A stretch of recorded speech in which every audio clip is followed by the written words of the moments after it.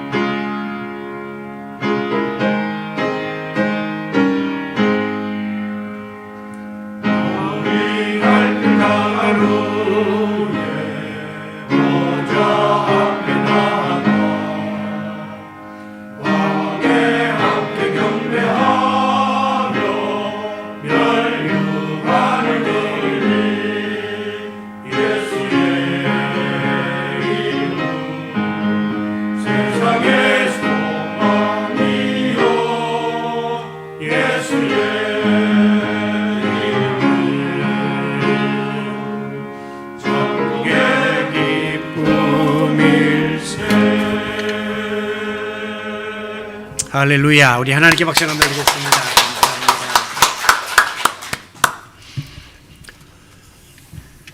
성도 여러분들의 기도 덕분에 석 주간의 미국 방문을 무사히 마치고 귀국하게 되었음을 감사하게 생각합니다. 이번 기회에 이 코로나 팬데믹으로 인해서 지난 3년 동안 만날 수 없었던 자녀들과 함께 할 수 있어서 너무 행복했고요. 특별히 추석을 같이 지냈거든요. 손꼽아 보니까 24년 만에 처음으로 한 가족이 모여서 추석을 보냈더라고요. 특별히 출생 직후에 한 번 안아보고 끝났던 그 손자 현준이와 할 수 없을 만큼 감동적이었습니다. 오랫동안 못 봤는데도 또 태어나서 이 아이가 저를 직접 대면할 수 있는 기회가 없었음에도 불구하고 그 핏줄이 뭔지 기가 막히게 알아보고 따르더라고요. 그래서 목마도 많이 태우고 목욕도 같이 벌거벗고 하고 이러면서 정을 많이 붙여놔가지고 막상 떠나오니까 지금도 그냥 꿈인지 생신지 눈에 아른아른거려서 또 힘든 면도 있습니다. 과거에 60년대, 70년대 초에 해외 나가기가 어려웠을 때만 해도 목사님이 미국 갔다 오면 교인들이 자꾸 물어요. 미국이 어떠냐고, 좋냐고. 그리고 목사님들이 가서 찍어온 사진들을 오늘 저녁 예배 때 슬라이드로 환등기로 보여줄 겁니다. 그러면 막 교인들이 몰려와요. 그거 보겠다고. 참 격세지감을 느끼죠. 영락교회를 담임하시던 한경직 목사님이 미국 유학을 마치고 귀국했는데 이제 미국에 대해서 궁금했던 교인들이 사모님께 몰려와서 물었답니다. 사모님, 미국이 어때요? 어떤 나라예요? 그랬더니 그 사모님이 평안도 분인데 거저 크두만, 한마디로 거저 크두만 이렇게 말씀했다는 거예요. 땅덩어리도 크고 사람들 몸체도 크고 자동차도 크고 거기서 나오는 과실도 크고 모든 게 큰 곳이 미국이다. 그런 이야기를 했다고 합니다. 저도 이번에 3년 만에 미국을 다녀오면서 다시 한번 느낀 것은 미국은 정말 큰 나라다. 제가 머물렀던 51개 주의 하나인 캘리포니아 주만 해도 면적이 우리나라의 4.3배예요. 인구가 4천만 명입니다. 우리나라 인구와 비슷한 게 1개 주의 규모라는 것이죠. 운전을 하면서 가면요, 광활한 평야가 끝없이 펼쳐지고 제가 처음으로 사방이 막히지 않고 트였다고 하는 게 무언가를 실감하고 푸른 구름들이 뭉게뭉게 피어있는 대자연을 목격했습니다. 어느 지역은요, 자동차로 운전하는데 30분 동안 포도밭만 끊임없이 전개되는 거예요. 우리나라에 지금 들어오는 캘리포니아 포도주가 거기서 이제 생산되는 것인데 정말 참 크다 하는 생각을 다시 한번 해보았습니다. 그런데 나라의 크기가 이렇게 방대하다 보니까 상대적으로 좀 발전이 늦고 개발이 더딘 그런 면들이 있습니다. 또 관리가 잘 안 돼서 방치되어 있고 이렇게 뭔가 정리되지 못한 그런 부분들도 있는 것을 보았습니다. 제가 과거에 살던 그때나 지금이나 뭐 그렇게 별 차이가 없고 집들도 새로 진 집도 거의 없고 그냥 그대로 이렇게 유지되는 그런 모습도 볼 수 있었고요. 또 샌프란시스코 같은 곳은 특별히 정책적으로 그렇게 집을 함부로 짓도록 하지도 않고요. 다 기본이 60년, 100년 된 집들이 아주 아기자기한 색깔을 가지고 유지하고 있잖아요. 정책적으로 그런 면도 있다고 합니다. 그런데 문제는 이제 해가 떨어지면 이게 정막강산이에요. 차가 없으면 생수 사러 나가기도 어렵고 뭐 과일 사러 나가기도 어려운 것이죠.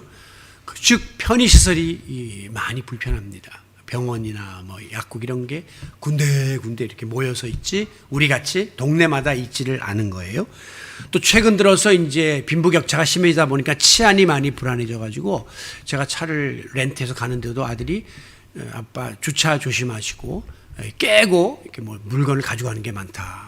이런 이야기 들으면 좀 미국의 두 얼굴을 이제 보는 듯 합니다. 반면에 한국에 도착하는 순간 정신이 번쩍 들면서 갑자기 속도전에 돌입하게 됩니다. 빨리. 공항에 딱 내리니까 사전에 제가 등록한 앱으로 입국 신고도 하고 감염병 신고도 하고 세관 신고도 해요. 그러니까 뭐 사람을 만날 일이 없이 스마트폰으로 띡 세 번 하고 나왔습니다.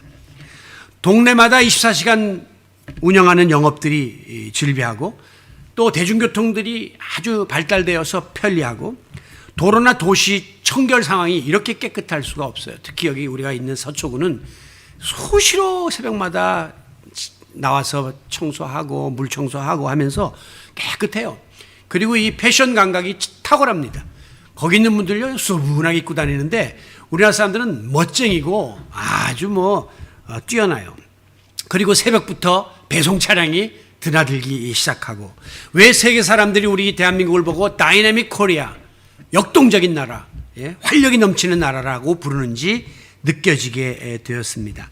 제가 미국에서 생활하던 30년 전만 해도 일본의 도요타 자동차가 거리를 누비고 있었고요. 전자 매장에 가면 소니나 패나소닉 제품이 전시되어 있었습니다. 지금은요 현대 기아차가 오히려 인기를 끌고 있고요. 삼성폰, 또 LG 가전제품이 전시되어 있는 변화를 보게 됩니다. 문화적으로도 K-팝이, 드라마, 또 한식 등 이 한류의 영향이 확산되면서 이제 대한민국은 더 이상 세계 변방의 작은 나라가 아니라 그야말로 작지만 강한 나라, 작은 거인과 같은 나라라고 하는 사실을 다시 한번 되새기면서 국격이 상승되었다고 하는 것을 피부로 느낄 수 있었습니다. 우리말에도 작은 고추가 맵다라고 하는 말이 있지만 오늘 이 시대에는 무조건 크고 많다고 능사가 아닌 시대예요. 얼마나 내실을 갖추고 있는가 하는 것으로 평가받는 새로운 세상이 도래되었습니다. 과거에는 외모나 외형이나 학벌이나 이런 걸로다가 사람을 평가하고 따졌지만 지금은 그런 것 따지다가는 세류에 뒤진 사람이 되고 마는 것이죠. 미국 두르교대학의 레너드 스위트 박사는 이런 말을 했습니다. 현대는 변화를 이끌어내기 위해서 큰 파도를 만들어낼 필요가 없다. 사실은 작은 파도가 모여서 큰 파도가 되는 것이고 거대한 해일을 이루기 때문이다 라고 하면서 작은 시도가 오늘날 이 시대에 큰 변화를 이끌어내고 있음을 지적하고 있습니다. 실제로 작은 회사들, 불과 20여 명 미만의 직원을 가진 그런 소기업들이 미국 수출품의 50%를 만들어내고 있다고 하는 보도도 보았습니다. 우리는 이 같은 기업을 가리켜서 강소기업이다 이렇게 불러요. 강하지만 작은 기업, 반대로 작지만 강한 기업이다 라고 하는 것이죠.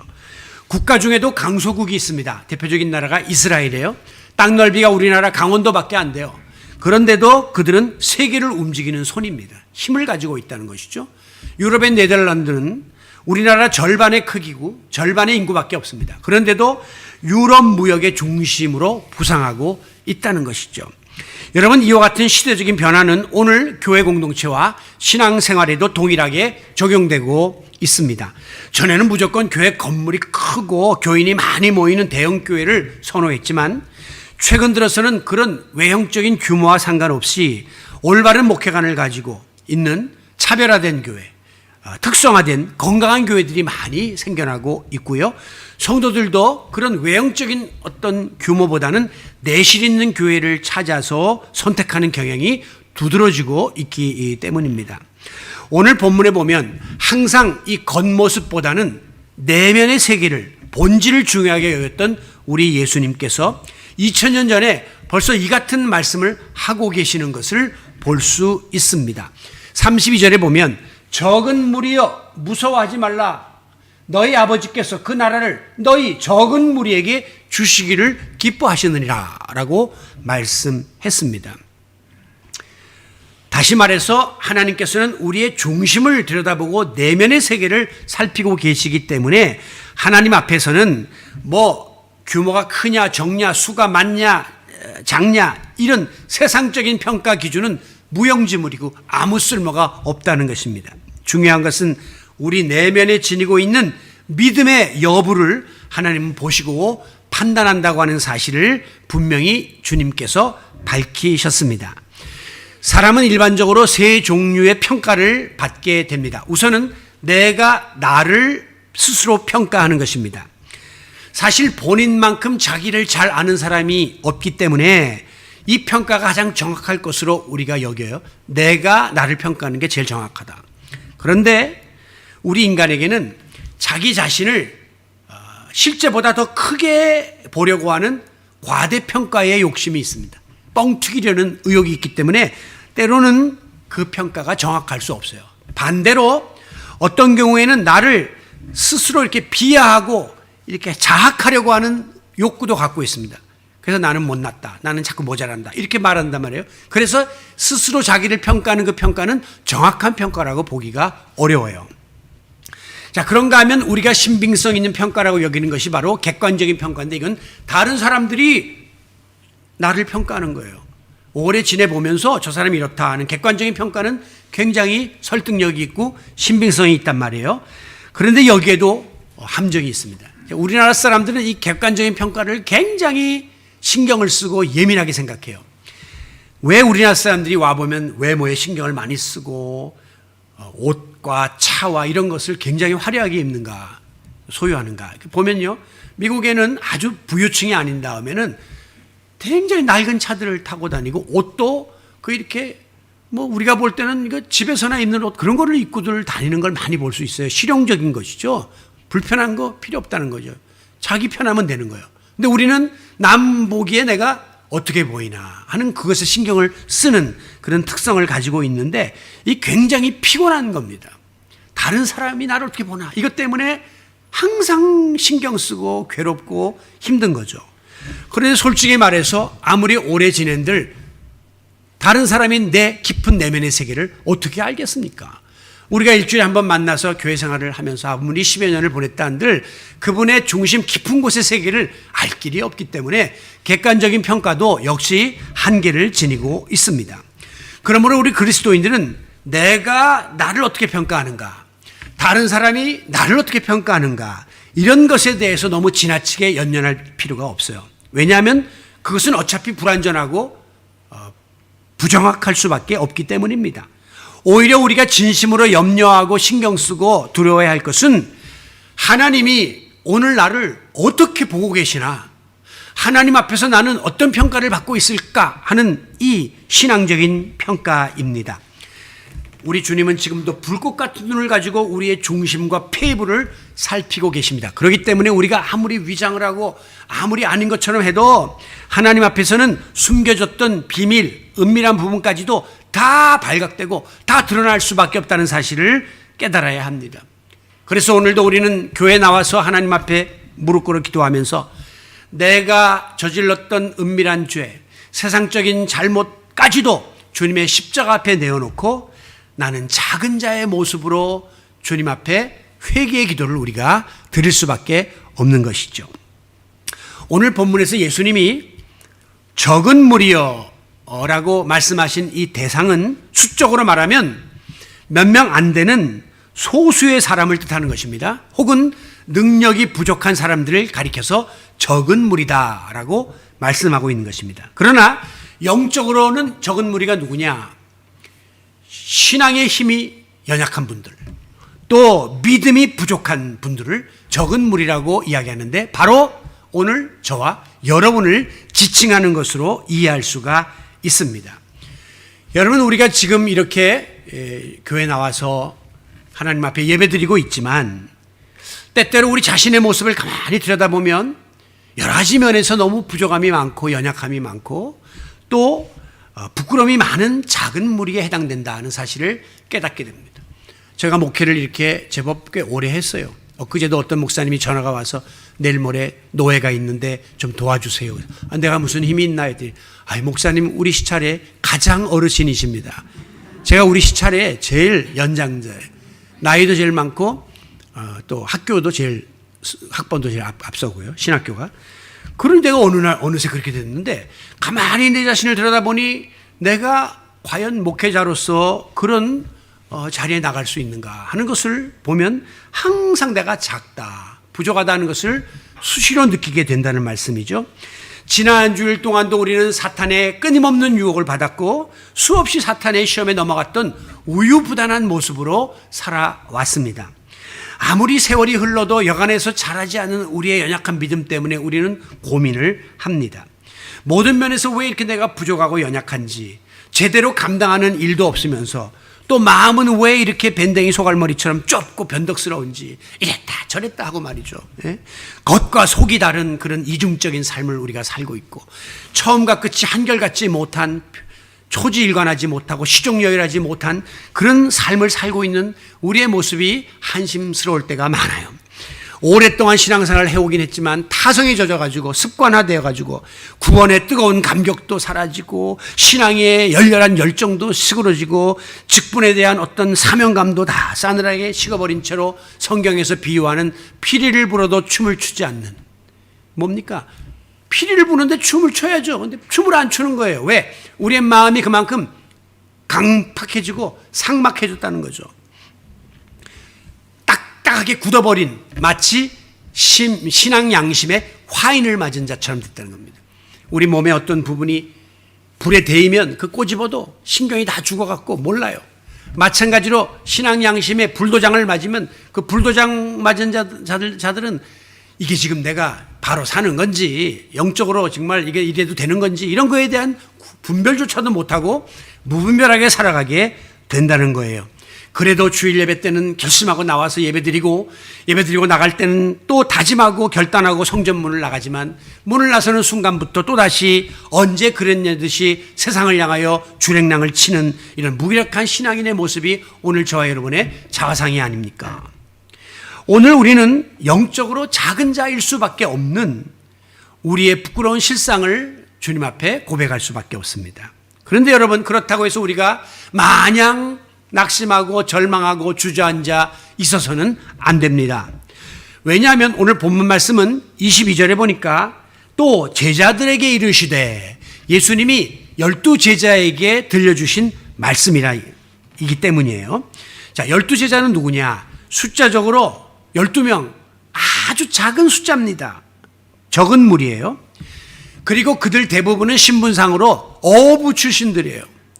어부는 그 당시에 배운 것이 없고 가진 것이 없는 천박한 사람들이 주로 그 일을 하고 있었기 때문에 세상적인 관점에서 보면 그들에게는 힘도 없고 소망도 없는 아주 그들은 초라하고 작은 무리에 불과했습니다. 게다가 사회적으로 예수님이 배척을 받았고 그를 따르는 제자들은 사이비 교주를 믿는 그런 사람들 취급을 당하면서 무시를 당했기 때문에 이래저래 모든 면에서 이 제자들은 적은 무리에 해당되었어요. 특별히 예수님하고 3년 동안이나 동고동락하면서 철저하게 신앙교육을 받았음에도 불구하고 그들이 지닌 믿음은 예수님의 기대에 어긋나리만큼 부족하기 이를 데가 없었고 번번이 예수님을 실망시키고 그래서 예수님이 때로는 그들을 책망하기도 했죠. 서당께도 몇 년이면 풍어를 읊어야 되는데 예수님하고 3년을 지냈는데도 믿음이 여전히 연약한 자리, 작은 자리에 놓여 있는 이 12제자들이 어느 면으로 봐도 적은 무리에 불과했단 말이에요. 그럼에도 불구하고 예수님은 그들을 향하여 적은 무리여, 너희들 적은 무리 맞아. 그러나 무서워하지 말아라 라고 하면서 그 다음에 약속의 말씀을 주시기를 하나님의 나라가 너희의 것이다. 하나님은 너희 적은 무리에게 하나님의 나라를 주시기를 기뻐하신다, 원하신다. 이렇게 말씀하시면서 그들을 격려하고 용기를 북돋아 주셨습니다. 오늘 우리는 앞서 열거했던 여러 가지 우리의 부족과 허물 때문에 스스로를 자책하거나 스스로에게 반문할 때가 있습니다. 내가 지금 과연 바른 신앙생활을 하고 있는 건가? 내가 지금 이렇게 믿어서 진짜 천국 백성이 될 수 있겠나? 라고 하는 그런 의구심을 품고 두려움에 빠질 때가 있습니다. 여러분, 그러나 그와 같은 감정, 생각은 사탄이 우리의 마음밭에 뿌려대는 부정적인 씨앗임을 아셔야 해요. 만약에 우리가 의심하고 두려워하면 우리의 믿음이 성장해 나가는 데 있어서 커다란 장애를 받게 되고 마지막에 우리의 믿음을 사탄에게 빼앗기는 자리에 처하게 되기 때문입니다. 그렇기 때문에 때때로 어떤 형태로든지 간에 의심이 생기고 두려움이 생길 때마다 적은 무리여 무서워 말라 라고 하신 주님의 음성을 되새기시기 바랍니다. 그래, 나는 부족해, 연약해, 적은 무리야. 그러나 두려워할 이유가 없다고 하는 선언을 우리가 해야 된다는 것이죠. 자, 좀 더 구체적으로 우리가 이 말씀을 살펴보면 적은 무리여 무서워하지 말라라고 하는 이 말씀 속에는 우선 너희 스스로를 업신여기지 말라라고 하는 위로의 뜻이 담겨져 있습니다. 너 자신이 부족하다고 작다고 스스로를 자꾸 피하고 업신여겨서는 안 된다고 하는 거예요. 우리가 신앙생활을 하다 보면 때때로 나의 믿음과 나의 신앙 상태에 대해서 내 스스로가 못 믿어하고 만족이 안 되고 낙심할 때가 있습니다. 또 때때로 그 기회를 놓치지 않고 사탄은 그 틈에 끼어들어가지고 우리를 조소하고 조롱하고 비웃습니다. 그리고 충동질합니다. 네가 과연 하나님의 자녀냐? 네가 과연 책임 있는 직분자냐? 네가 과연 이 맡겨진 일을 감당할 수 있겠냐? 네가 이 시험을 감당해낼 수 있겠어? 마치 예수님이 광야에서 40일간 기도하실 때 와서 시험했던 것처럼 내가 만일 하나님의 아들이거든 이렇게 해봐라 저렇게 해봐라 하면서 조소하고 유혹합니다. 설상가상으로 우리는 또 그 같은 사탄의 소리에 귀를 기울이고 맞장구를 쳐요. 맞아. 내가 가진 게 뭐가 있어? 내가 지식이 있어, 재능이 있어, 뭐 열심이 있어, 배경이 있어, 또 내가 인맥이 있어. 난 아무것도 아니야. 나 같은 사람이 뭘 할 수 있고, 나 같은 사람이 이 교회에서 뭐 필요하겠으며, 안 돼, 나는 못해, 나는 안 돼. 자꾸 자기를 비하하고 업신여기거나 위축되기가 쉽다고 하는 것입니다. 그러나 이 같은 부정적인 생각과 두려운 마음은 사탄이 집어넣는 것입니다. 그래서 우리로 하여금 완전히 믿음의 자리에서 떠나가게끔 만들려고 도전하는 것이죠. 그러므로 오늘 우리는 이 같은 염려와 두려움과 의심을 떨쳐내는 이런 믿음의 자리에 반듯하게 세워져야 합니다. 왜냐하면 우리는 하나님의 형상대로 지음을 받은 매우 존귀한 존재이고, 하나님께서는 우리를 죄에서 구원하기 위해서 독생자까지 아낌없이 내어주신 사랑받는 자녀이기 때문입니다. 제가 이번에 가서 손자를 보니까 엄마 아빠가 이제 더 아기를 낳을 생각은 없는 것 같아요. 그러니까 그냥 이 하나 현준이에게 올인을 하는 거예요. 내가 이 아이를 잘 키워보겠다. 그래서 좀 멀리 있는 어린이집이라도 큰 픽업을 해서 데려다 놓고, 주변에도 많이 있는데도 뭐 요새 젊은 부모들의 생각이죠. 그리고 아주 또박또박 대화하면서 교육하고, 아이가 말하면 꼭 답하고 이러면서 교육을 잘하더라고요. 그리고 좋은 거 맛있는 거 많이 입히고 먹이고 하더라고요. 그런데 내가 우리 현준이 보러, 현준아 너는 굉장히 행복한 아이야. 엄마 아빠 이렇게 감사해야 돼. 그러면 땡큐 이렇게 하면서 하더라고요. 정말 하나님이 우리를 당신의 형상대로 빚어주셨고, 우리는요 굉장히 존귀한 사람들이에요. 우리 예수님을 독생자를 내어주기까지 우리를 구속하신 사랑받는 하나님의 자녀이기 때문에 우리는 절대 스스로를 비하해서도 안 되고, 나는 형편없어, 나는 쓸모없어, 이렇게 자기를 낮춰서도 안 된다는 것입니다. 우리 하나님께서는요 지금 이 순간에도 내가 너를 지명하여 불렀나니 너는 내 것이다 라고 우리를 향해서 하트 뿅뿅 날리면서 너는 내 것이야, 나의 존귀한 백성이야 라고 애정을 표현하고 계십니다. 예수님께서도 오늘 본문 24절에 보면 이런 비유를 두세요. 공중을 나는 까마귀를 생각해 보아라. 까마귀가 심냐 거두냐 골방이냐 창고가 있냐 아무것도 없지만 하나님께서 친히 이 까마귀를 기르시나니 너희는 이 새보다 얼마나 더 귀하냐. 새도 다 하나님이 책임지는데 너희야 비교할 바가 있겠느냐라고 말씀하십니다. 이어서 27절에 보면 들에 핀 백합화를 생각하여 보아라. 백합이 실로 만들고 짜서 이 아름다운 꽃을 형성했는가 말이야. 그렇지 않지만 솔로몬의 모든 영광으로 입은 것이 이 꽃 하나만큼 훌륭하지 못하다. 솔로몬의 영광보다도 아름다운 영화로움을 이 꽃이 가지고 있지 않느냐. 그러면서 마지막 28절에 이렇게 강력하게 말씀하십니다. 오늘 있다가 내일 아궁 이에 던져지는 들풀도 하나님이 이렇게 입히시고, 이거 일주일 이후면 다 쓰레기통에 처박지만 이렇게 입히신다는 거예요. 또 공중 나는 새도 언제 사냥꾼의 올무에 잡혀서 끝날지 모르지만 하나님이 다 책임지는데 하물며 너희일까 보냐. 하나님 형상대로 지음받고 예수의 피로 구속한 너희 백성들을 하나님이 모른 채 하시겠는가. 이 믿음이 작은 자들아 라고 책망하고 계시는 것입니다. 그렇습니다. 일개 미물에 불과한 동식물을 향해서도 그토록 자상한 관심과 사랑을 쏟아부으시며 먹이시고 입히시는 하나님께서 어떻게 당신의 형상대로 지음받은 자들을, 예수의 핏값으로 사신 우리를 모른 채 외면할 수가 있겠습니까? 저는 이 성경 구절을 읽을 때마다 항상 자신을 돌아봅니다. 제가 여러분들에게 설교할 때마다 무엇을 먹을까 무엇을 입을까 염려하지 마십시오, 하나님이 책임져 주십니다 이렇게 이야기하면서도 때때로 하면서 나는 앞으로 어떻게 살아야 되는가, 은퇴한다면 어떻게 해야 되는가, 집도 없고 이거 저축해 놓은 것도 없는데 계속 두려움을 가질 때가 많거든요. 주변에 있는 목사님들도 모이면 그런 이야기를 많이 합니다. 그럼 제가 늘 그래요. 여러분, 우리가 설교할 때 매일 이 성경 구절 말씀하잖아요. 까마귀 봐라, 백합화 봐라, 하나님이 책임지시는데 왜 걱정하느냐 하면서 왜 우리가 앉아서 지금 이 걱정을 하고 있는가. 오늘 주님은 너희는 그의 나라를 구하라. 차원이 다른 삶을 살아야 된다고 오늘 우리 그리스도인들에게 권면하고 계십니다.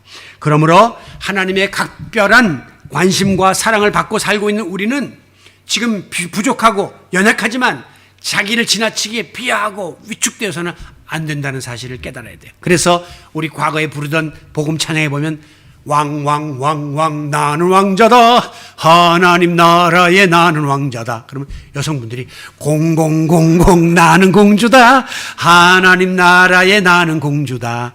좀 단순한 비유지만 하나님 나라의 왕자님 공주님들이, 존귀한 백성들이 저와 여러분이라는 사실을 믿으시기 바랍니다.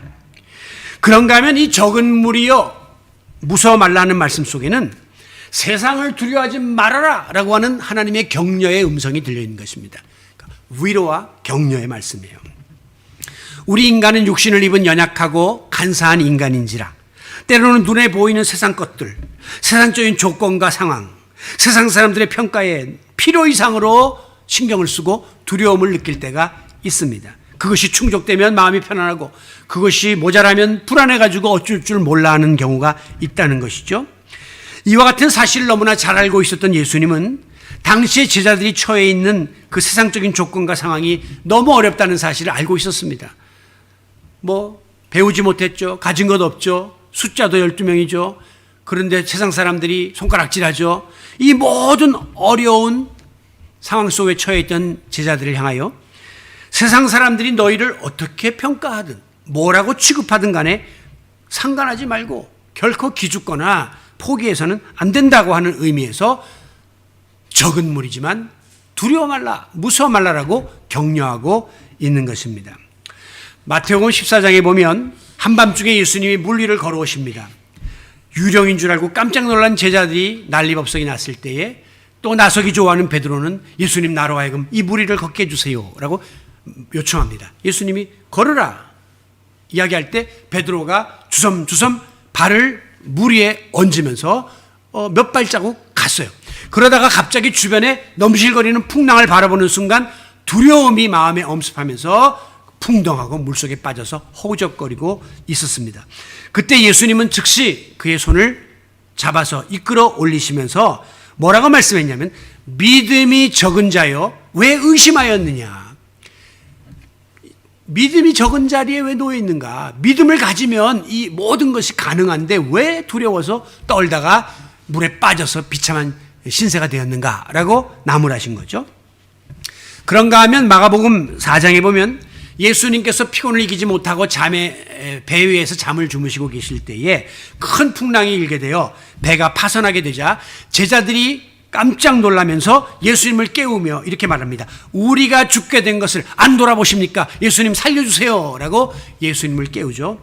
예수님이 일어나셔서 바다여 잔잔하라 라면서 바다를 잠잠케 하십니다. 그리고 어쩔 줄을 모르고 벌벌 떨고 있는 제자들을 향하여 어찌하여 이렇게 무서워하느냐라고 말씀하십니다.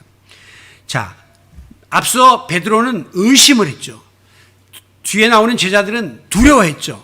그런데 그 전제 조건은 바로 믿음이 적기 때문에 너희들이 이 같은 일에 대처하지 못하고 당황하고 이렇게 난리법석을 떠는 것이라는 사실을 일깨워 주신 것입니다. 베드로의 마음에 두려움을 안겨다 준 것은 무엇입니까? 눈에 보이는 파도입니다. 제자들의 마음에 무서움을 안겨다 준 건 뭡니까? 눈에 보이는 강풍입니다. 이거는 즉 자기들 주변을 감싸고 있는 세상적인 환경과 조건을 보고 두려움에 빠진 것인 거죠.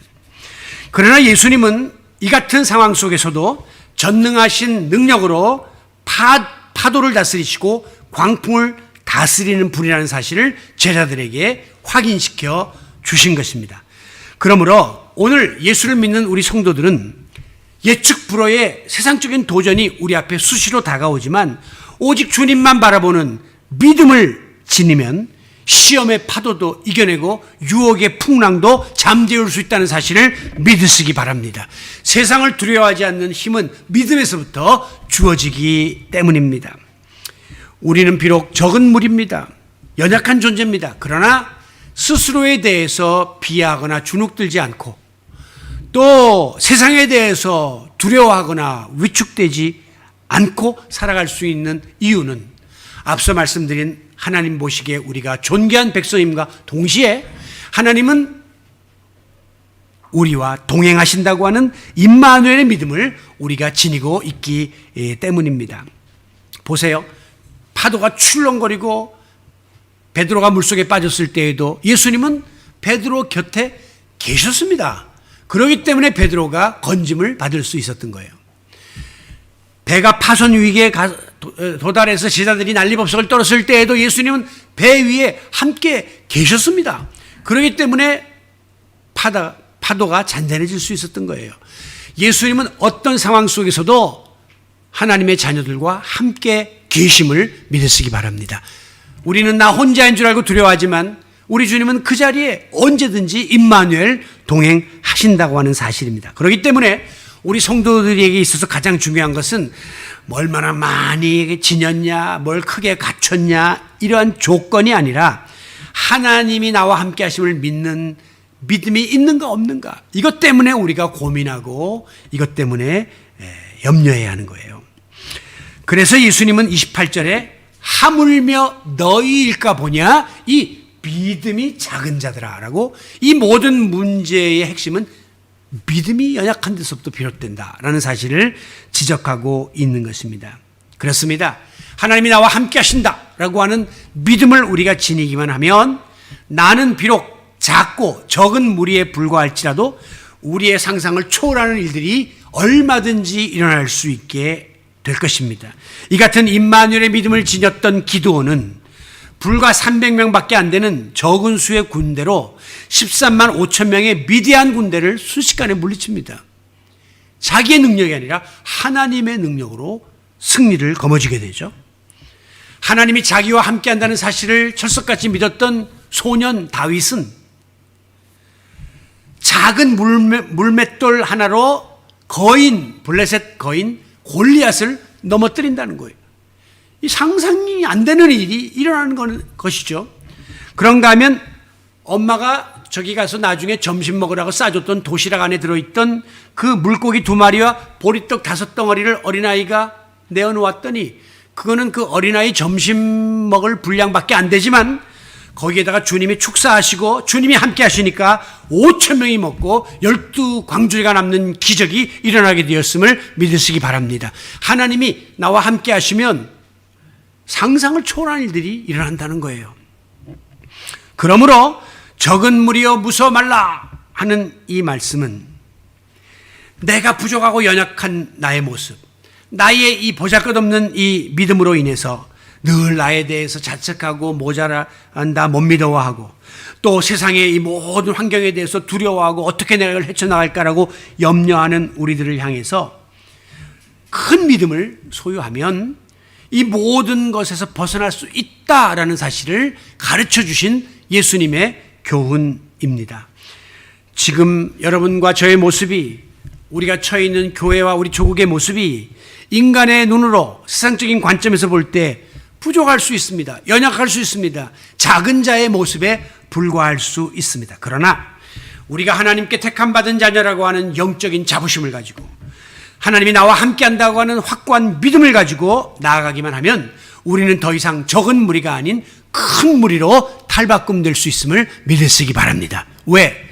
당시에 이 말씀을 들었던 제자는 12명의 적은 무리에 불과했고 사회적으로 세상적으로 소외되고 무시당하던 적은 무리에 불과했지만 그들은 이 말씀을 듣고 그들의 믿음을 키워나갔습니다. 그래서 마침내 죽음조차 두려워하지 않는 강력한 믿음으로 무장을 하게 되었으며 그 결과 그들은 그리스도의 피 묻은 십자가의 복음을 가지고 세상을 향하여 달려나가서 세상 열방을 복음으로 지배하는 큰 무리로 변신했기 때문입니다. 적은 무리였던 12명의 제자는 큰 일을 행한 것이죠. 절대 지금 그들을 작다고 말할 수 없는 엄청난 일을 감당하는 큰 무리가 되었던 것입니다. 사랑하는 성도 여러분, 오늘 우리도 인간적으로 세상적으로는 적은 무리에 불과합니다. 그러나 우리는 세상의 기준에 연연하지 않고 하나님의 평가 기준인 이 믿음, 이 믿음을 붙잡고 믿음을 강화시켜 나가기만 하면 우리는 더 이상 위축되거나 침체되지 않을 수 있고 담대하게 우리에게 맡겨진 사명을 힘있게 감당해 나갈 수가 있게 될 것입니다. 바로 이렇게 작지만 강한 작은 거인이 되어서 적은 무리에게 하나님의 나라를 약속해 주신 주님의 축복을 받아 누리는 성도 여러분들이 되시기를 예수 그리스도의 이름으로 축원합니다. 존귀하신 아버지 하나님, 나의 모습이, 우리의 모습이 이렇게 연약하고 부족할 수가 없습니다. 그래서 우리는 때때로 스스로를 자책하고 비하하고 또 때때로 낙심과 두려움과 의심 가운데 빠질 때가 있습니다. 하지만 오늘도 주님은 우리를 향하여 말씀하고 계십니다. 적은 무리여, 두려워하지 말라, 무서워하지 말라.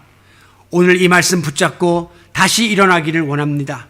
주님의 따뜻한 위로와 격려와 그리고 힘주심이 우리 모든 성도들에게 있게 하여 주시옵소서. 세상에서 우리가 처해 있는 환경은 우리를 위축되게 하고 두렵게 만들지만 하나님의 말씀과 하나님의 함께 하심을 믿는 믿음이 우리를 힘있게 하고 능하게 하여 또다시 어려움들을 헤쳐나가게 할 수 있는 줄로 믿사오니 오늘도 작지만 강한 작은 거인들이 되어서 오늘 이 세상을 힘있게 헤쳐나갈 수 있도록 축복하여 주옵소서. 우리 주 예수님의 이름으로 기도하옵나이다. 아멘.